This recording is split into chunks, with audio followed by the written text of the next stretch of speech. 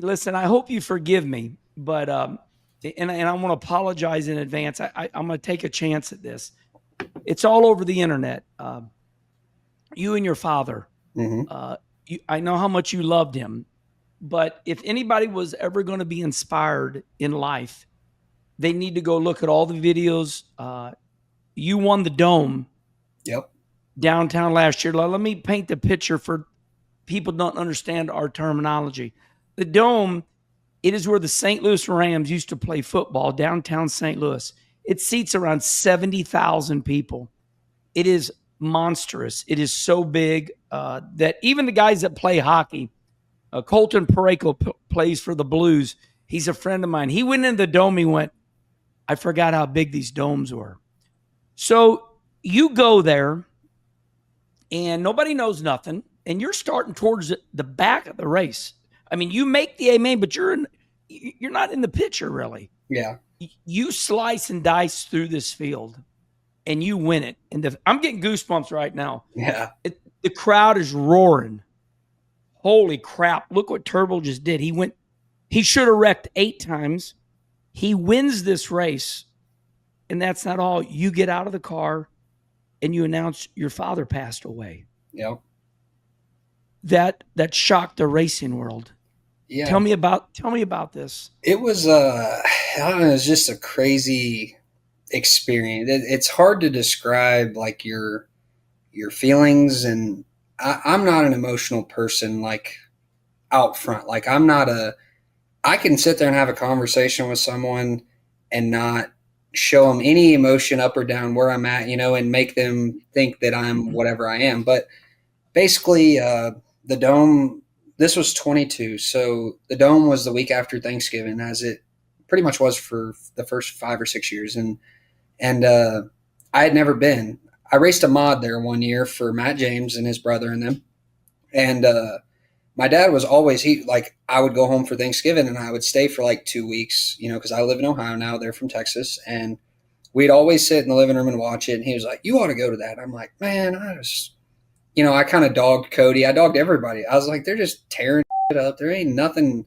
It's more of it's a show more than, and it is a show, but it is a race. Like it's way more going on than people give it credit for. And now I Once you think, get all the good cars on the track. yes, once you get all the good cars and you get through the prelims and, these damn modifieds and all these cautions, but like, you get to when you get to Saturday and they start those features, it's something that, it is one race that I don't think I get nervous, but I'm just like, man, this is very impressive that we're doing this in this setting, this environment, all these people, and there's nothing going on racing related in America.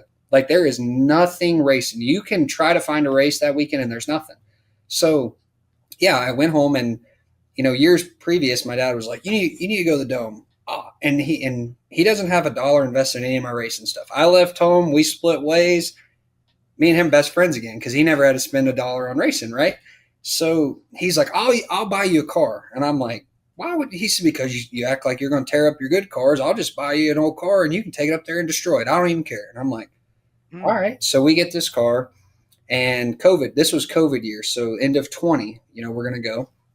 And the Dome gets canceled due to COVID and all that. So we've got this car and we're like, what are we going to race or what? And, we don't really mess with it. Don't really mess with it. And he's like, you need to take that car to the Dome. I'm telling you, you need to take it. I'm like, man, I don't want to take my rig there. I've heard they broke into, you hear all these stories because you don't participate. And you're just going off the seat of your pants. So finally 22 comes around and I go home for Thanksgiving. He's like, look, he has a little racing operation. A good friend of mine, Corey Neal Jr. He's a racer from Texas. He races anything and everything. Him and my dad are big buddies. And people say he's like my little brother that I never had because he worked for my dad and my mom and raced and drove their stuff and everything. And my dad was like kind of grooming him because he just really liked him. And, he's like, he would always mess with me like, Pooter's going to be better than you. And I'm like, not a shot. That was kind of our ongoing joke, but Yeah. we got it all worked out. He's like, look, I got my rig. I'll drive up there with you. We'll get this.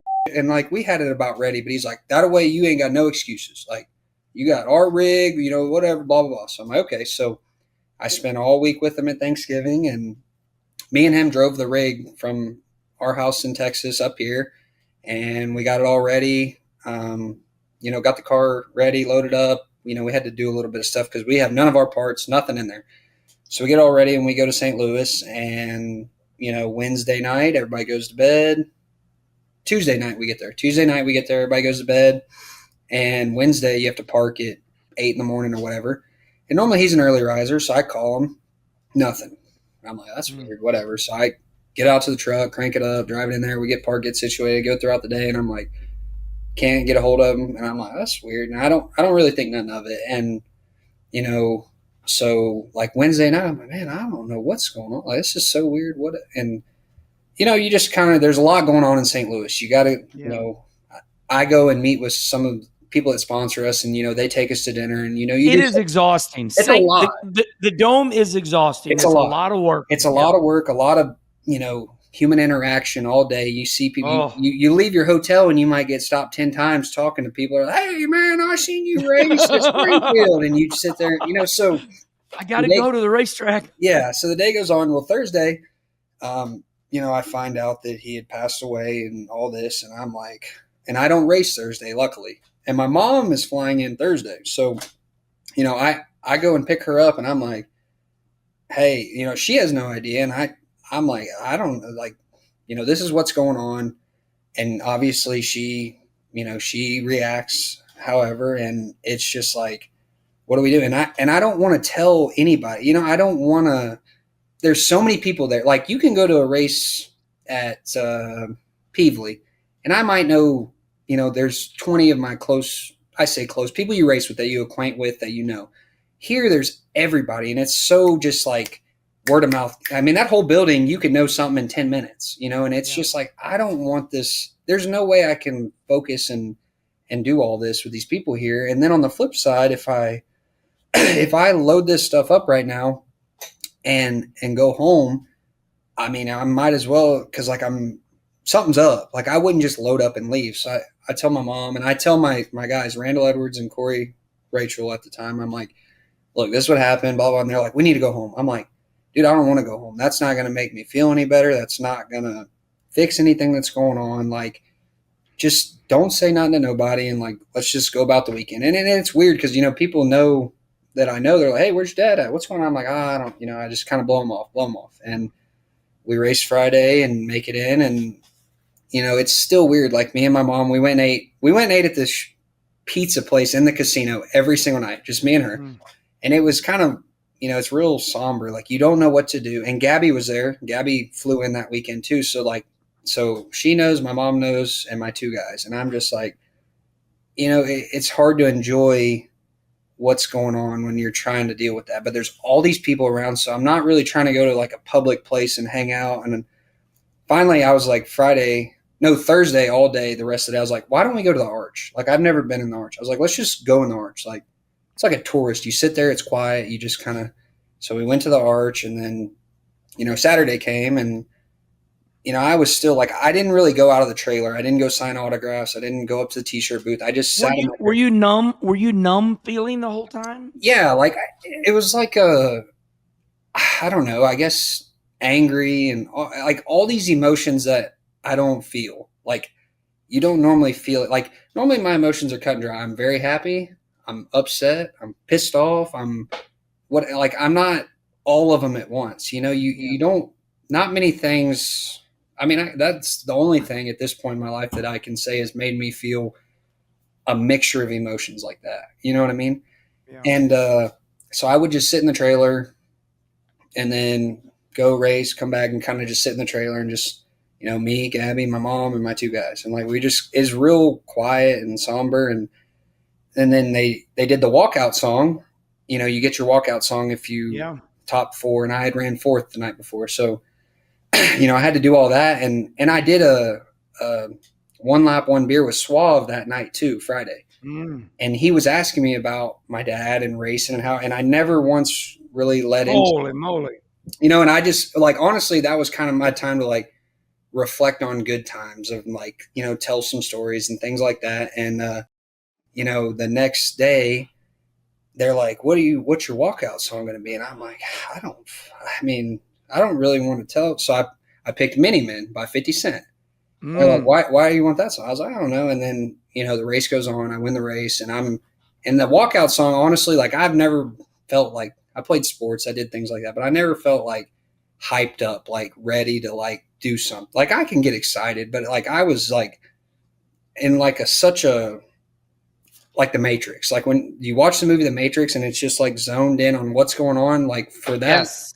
that 40-minute period of time from when we did the walkout till it was all said and done, like Right. I was so in touch with everything. Like everything that I was doing, I didn't miss a beat. Like I was so just focused and dialed in, and it's crazy because I tell myself at times like, man, I wish I could recreate that feeling because I couldn't miss. Like there was nothing I could, like I was so in touch with what's going on. And we win the race, and my mom comes up, and I'm just looking at her, and I can tell she's crying, and everyone thinks that everybody's so excited and crying. Our core people there is because we won this race and it paid $30,000. Well, like if it would have paid $1, it didn't. That none of that registered. The fact is, like after everything that happened this week, and for what we came here to do, this is the best case scenario. We won the race, and I was looking at my mom, and I'm like, I'm going to have to answer this question for so many people. Like people are going to be like, why wasn't your dad in victory lane? Why wasn't, and I'm just like, in that split second, I was like, I'll just say it to the world. Then I don't have to answer to anybody. Like no Yeah. one's, because if I tell one person, it's just life. The whole world will find out, and I'm going to get 5,000 phone calls over the next week. And then my mom's going to have to call 5,000 people, and we're not me and my mom and even my dad, we're not that type of people that are like we can say something once, and then once it's out there and done and said, it's not like we're Band-Aid off, no more. Let it bleed out or cure itself. Like we don't need to like keep talking about something to basically get to the end of it. So I was like, I just kind of looked at her, and I gave her a hug, obviously, and she was crying. You can watch the video. And I was like, man, I just need to say it. So I was like, yeah, my dad passed away, in a roundabout way. I said all this in the interview. And when I said it, I felt so relieved. Like I was like, now I don't have to explain this. I feel like, on what a stage to tell everybody this. You said it basically on our national TV. Right. Flow. Everybody's got flow in dirt racing. Right. And then, and so I said it, and, then you go through the victory line, you go through this, and then I went back and, I bet I watched it 100 times, the race, the interview, everything, just trying to, get some sort of closure or something out of it all. And I watched it, and, you can hear Ben Shelton as he's announcing, and Dustin Jarrett, they're in the booth, and they choke up, and you can tell they start crying. And, I would say half of the building or more was just so taken back at what I had said. And, I didn't say it because I wanted people to know, and it gave me, I didn't care about any of that. All I cared about is I knew if I was going to have to tell 200 people, like, it was just the perfect timing for me to say it. And it was what I felt was the right time to just get it all out there and be done. And yeah, it was a crazy, week after that. And obviously I had to go home, and we had to do all the arrangements and things like that. But yeah, it was, I think a lot of people now, when they think of me, that comes to mind at some point in time, because it was, it's something. I mean, when people watch NASCAR and they think about the day Dale Earnhardt died, and what, like everybody can kind of relate what they were doing or what they were thinking. Or Where what they were you? Yeah. Yeah. And for what our world is, and all the people that watched it and, were there, heard about it that day or whatever, it was, it was kind of a big deal. Like, and it's sad that that's the truth behind it. But that was just, I don't know, it was a curveball that I was thrown, and that was my best approach at it, I guess. I want to say something about this because as you're talking, I'm listening intently. So I went out to Chico, California for the high limit race. Brad Sweet, Kyle Larson, they asked me to come out there because I'm a character, and I interview the drivers, and I was talking to Brad Sweet. His brother-in-law is Kyle Larson. Yep. And Kyle Larson is considered one of the greatest race car drivers of our era. He can drive it all. And I'm just talking with Brad Sweet about what makes Kyle Larson so good. And he's his brother-in-law. Brad Sweet looks at me and goes, Kenny, and we're just at a picnic table. Yeah. I'm not interviewing him. He said, Kyle Larson sees everything in slow motion. And when you said that you felt like you were in the Matrix, I watched your in-car camera from that race. And it looked like you were seeing everything in slow motion. You were just slicing and dicing. Yeah. Like you knew, like you were just doing your deal. And it's like, oh my God. So I just want to share that with you, but I don't, and this is goofy what I'm going to say, but they tell us that our brain has so much knowledge and that us humans only use this as little bitty portion. And I think that night you tapped into way more. Right. And some humans are able to use yeah, I like the way you said it. You were in the Matrix. Yeah, like you said for 4 minutes. I like what you said. You said for 40 minutes, you don't even remember it. No, I don't. Like I just, it's a weird, I guess when people are in different situations, if you're in like a fight or flight, somebody that would be at war or something, like I could only imagine the different things that would put you in that state of mind. Yeah. But yeah, it was, it's crazy because I can remember it, but I don't remember. Like I can go watch the in-car and be like, oh yeah, I remember I passed him. But like when you got to keep watching it, don't you? Yeah, I'm like that's why did I do like what was? Let me see what I did here. Yeah, like you can't. It's not like you could practice that. You just when you finally tap into that, it is amazing. You can do so much, and you don't even realize what you're capable of. I guess it is a very rare experience, Turbo, and I don't like saying my age, but it's 61 years old. I've interviewed people. It's happened to me.